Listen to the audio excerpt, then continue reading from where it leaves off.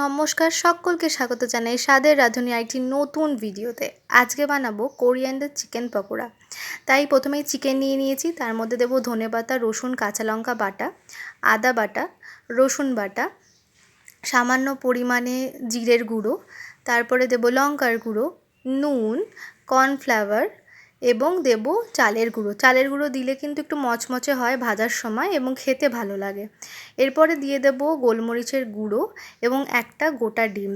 ডিমটা ম্যারিনেটের জন্যে খুব প্রয়োজন, এতে হচ্ছে বাইন্ডিংটা খুব ভালো হয়। দিয়ে তারপরে ভালো করে ম্যারিনেট করে নেব। ভালো করে ম্যারিনেট করে আপনারা 45 মিনিট থেকে 1 ঘন্টাও রেস্টিং টাইমে রাখতে পারেন।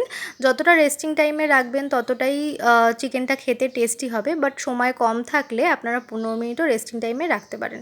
এবার একটা কড়াইতে তেল গরম করে চিকেনগুলো দিয়ে দেবো ভাজার জন্যে। চিকেনগুলোকে ভালো করে এপিট ওপিট ভেজে নিতে হবে। ব্যাস, তারপর কি রেডি আমাদের কোরিয়ান্ডার চিকেন পকোড়া।